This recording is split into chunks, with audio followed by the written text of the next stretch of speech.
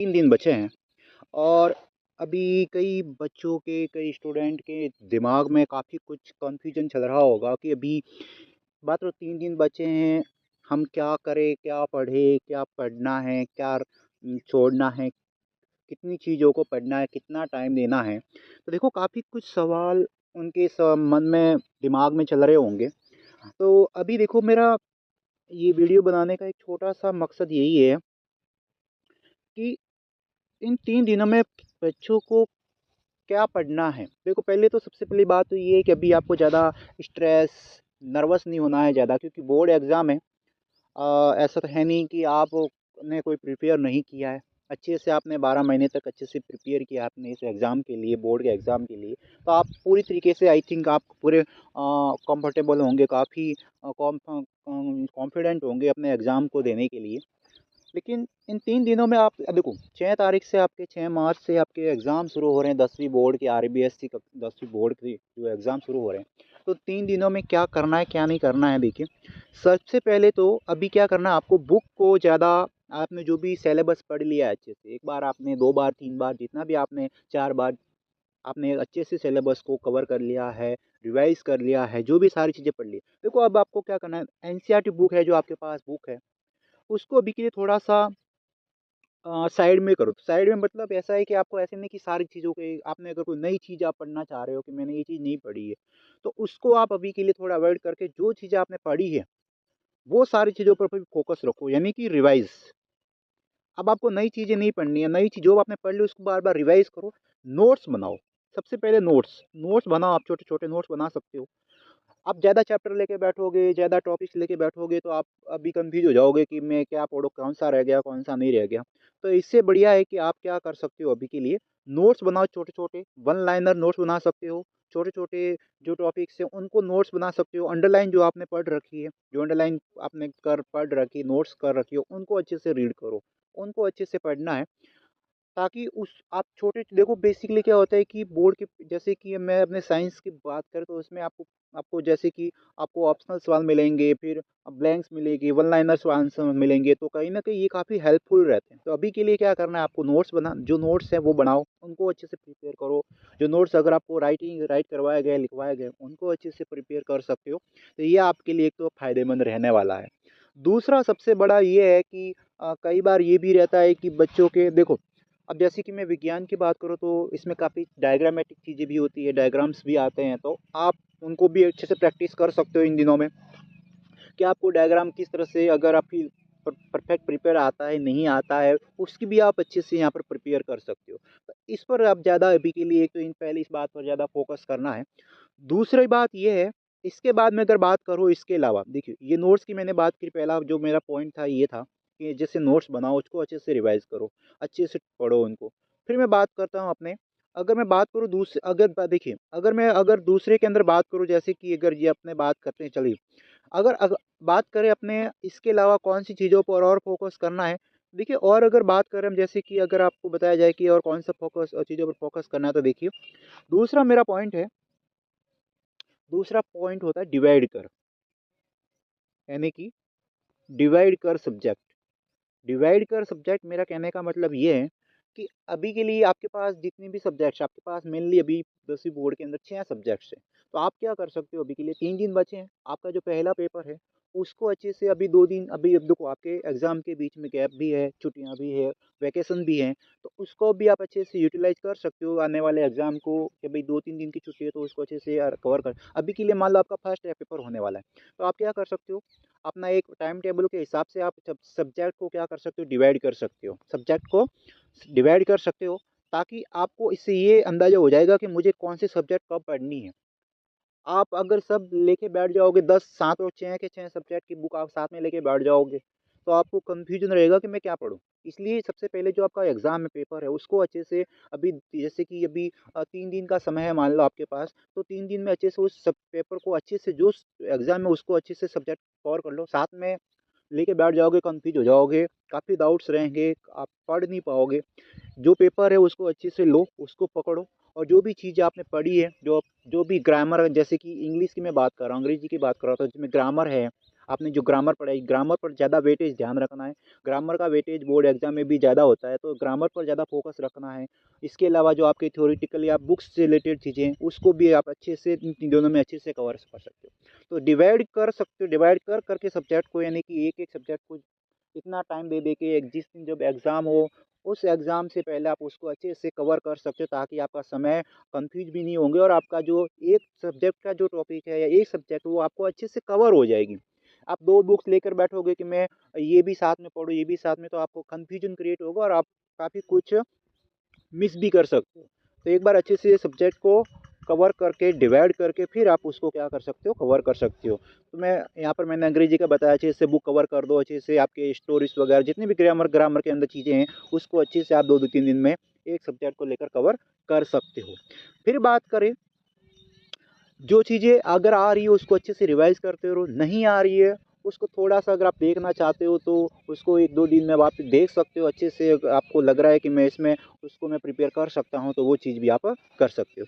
फिर मेरा तीसरा पॉइंट ये रहेगा कि अपने तीसरे पॉइंट की बात करो कि अपने किस प्रकार से टाइम मैनेज, देखिए टाइम मैनेज की मैं बात कर रहा हूँ। देखिए टाइम मैनेज बहुत, अभी देखो जो पढ़ने वाले जैसे बच्चे हैं अभी, जैसे वो टाइम मैनेज करके रखते हैं कि हाँ मुझे टाइम मैनेज कैसे करना है, टाइम को मैं कैसे फॉलो अप करूँ। अगर मैं बात करूँ तो देखिए आपके पास, अगर आपको लगता है कि मैं टाइम मैनेज, मैं कैसे अपने आप को प्रिपेयर करूँ इस चीज़ के लिए, मैं कब उठूँ, क्या पढूँ, क्या कब नहीं पढूँ।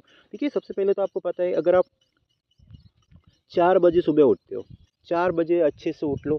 आप 4 बजे उठते तो आप बुक लेके पढ़ने बैठोगे नहीं। 4 बजे अच्छे से, साढ़े 4 बजे तक आपकी अच्छे से ढंग से आँखें खुलेगी, तब तक आप अच्छे से अपने आप को प्रिपेयर कर लो। साढ़े 4 बजे से सुबह की मैं बात करूँ, साढ़े 4 बजे से लेकर आप 6 बजे तक, 6 या साढ़े 6, साढ़े या 6 बजे तक आप एक सब्जेक्ट को अच्छे से पकड़ लो। सुबह का समय ऐसा होता है जो काफ़ी काफ़ी अच्छा रहता है पढ़ने के लिए, उसमें काफ़ी कुछ चीज़ें आपको मेंटली आप प्रिपेयर अच्छे रहते हो। फिर उस कंडीशन में आपको तो ये डेढ़ 2 घंटे का समय ले लो, आप एक सब्जेक्ट को पकड़ लो, अच्छे से उसको कवर कर लो। साढ़े 6 बजे तक आप भले आप चलो, डे 2 नहीं तो डेढ़, नहीं 2 नहीं तो डेढ़ घंटे, यानी साढ़े 4, 5, 6 बजे तक भी आप कर सकते हो। एक अच्छे से सब्जेक्ट आप जो भी, जैसे पहला एग्ज़ाम है, जो भी आप कंफर्टेबल कि भई मैं इसको अच्छे से प्रिपेयर कर सकता हूँ सुबह, उसको लेके आप क्या कर सकते हो, उसको अच्छे से पढ़ सकते हो। उसके बाद क्या करना, आपको कम से कम इसमें 1 घंटे का ब्रेक ले सकते हो, 1 घंटे, साढ़े 6, 7 या भले ही 8 बजे तक। 8 बजे तक आप ब्रेक ले लो, उसके बाद अच्छे से जो भी आप अच्छे से ब्रेकफ़ास्ट वगैरह कुछ भी अपना छोटा-मोटा काम करके आप फिर से बैठ जाओ 8 बजे। 8 बजे से आप भले ही एक सब्जेक्ट और पकड़ लो 10 बजे तक, 10 या साढ़े 10 बजे तक। इसको अच्छे से कवर कर लो आप। देखो, साथ-साथ में ये बहुत ज़रूरी है कि थोड़ा बहुत टाइम मैनेज होना ज़रूरी है। बीच में अब मैं नहीं कह रहा हूँ कि आप कंटिन्यू लेके बुक्स बैठ सकते हो, बुक्स नोट्स पढ़ो पूरे टाइम। थोड़ा बहुत ब्रेक होना ज़रूरी है इसके अंदर। फिर अच्छे से आप और 1-2 घंटे का टाइम वेस्ट करके या फिर साढ़े 10 बजे तक, फिर 11, 12, 1 बजे, दिन का समय भी अच्छा रहता है पढ़ने के लिए। तब तक आप अपना ब्रेक, जो लंच वगैरह करके भी आप फ्री हो सकते हो। उसके बाद 1 बजे से अपने 2-3 बजे तक या 2 ढाई घंटे तक आप 3, जैसे 1, 2, 3, 3, साढ़े 3 बजे तक आप एक और सब्जेक्ट को अच्छे से कवर कर सकते हो। लेकिन आपको उस कंडीशन में कॉन्संट्रेट होना बड़ा ज़रूरी है, ध्यान केंद्रित रखना पड़ेगा। आपको आपको साइड अप नहीं होना है हर चीज़ के लिए कि मैं यार बाद में पढ़ लूँगा, ये हो जाएगा, अभी तो ये हो जाएगा, अभी एग्ज़ाम के ये रहे, वो रहे, वो नहीं होना है। इस प्रकार अगर आप करते हो तो आप एक दिन में 4 से 5 सब्जेक्ट को कवर कर सकते हो अच्छे से, 2-2 घंटे को गैप को लेकर। जैसे कि साढ़े 3 बजे तक आपने पढ़ लिया, 4-5 बजे तक आप रिलैक्स हो सकते हो।